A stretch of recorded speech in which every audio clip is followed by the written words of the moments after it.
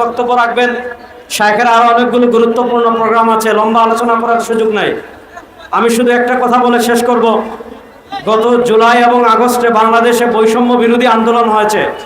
আপনারা জানেন বাংলাদেশে 92% হলো সংখ্যায় মুসলমান, আর 92% মুসলমান এরাই হলো বাংলাদেশের সবচেয়ে বেশি বৈষম্যের শিকার। আপনারা দেখেছেন আমাদের দেশে, আমরা যদি ঢাকা ভার্সিটির কথা বলি, ঢাকা ভার্সিটিতে আপনারা দেখেছেন গত রমাদানুল মুবারকে প্রকাশ্যে কোরআন শরীফ তিলাওয়াতের মাহফিলের আয়োজন করতে দেয় নাই, প্রকাশ্যে ইফতার মাহফিলের আয়োজন করতে দেয় নাই। আমরা দেখেছেন শিক্ষা খাতে মুসলমানরা বৈষম্যের শিকার। আজকে হিন্দু অন্যান্য ধর্মাবলম্বীরা যেভাবে সহজে শিক্ষা লাভ করতে পারে, কোনো মুসলমান নারী, মুসলমান মেয়ে হিজাব পরে দেখা যায় বিভিন্ন ভার্সিটিতে তারা শিক্ষা লাভ করতে পারে না।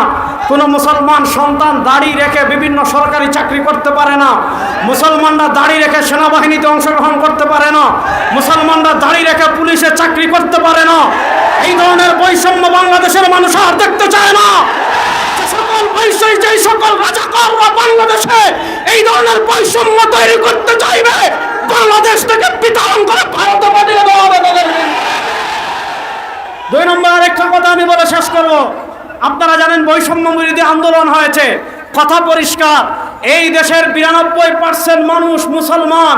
মুসলমানদের তাহজিব তামাদ্দুন, মুসলমানদের ঈমান, মুসলমানদের সংস্কৃতি বিরোধী কোন শিক্ষা সিলেবাস এই বাংলাদেশে চলতে দেওয়া হবে না।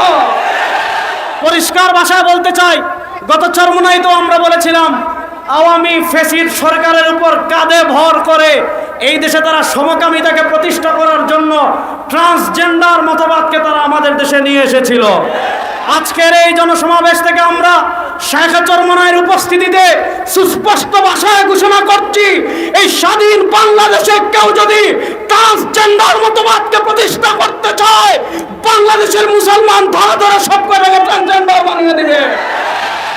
শেষ কথা বলে শেষ করছি, বাংলাদেশের শান্তি প্রতিষ্ঠা হোক, ইনসাফ প্রতিষ্ঠা হোক, ন্যায় প্রতিষ্ঠা হোক, এটা আমরা চাই কি চাই না?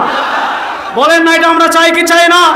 আমি আপনাদেরকে পরিষ্কার মেসেজ দিয়ে দিতে চাই, যদি ইনসাফের বাংলাদেশ চান, যদি ন্যায়ের বাংলাদেশ চান, যদি সাম্যের বাংলাদেশ চান, সব তন্ত্র মন্ত্র প্রয়োগ দিয়ে শাইখ চরমোনাইয়ের হাতকে শক্তিশালী করুন, ইসলামের বাংলাদেশ প্রতিষ্ঠা হবে ইনশাআল্লাহ।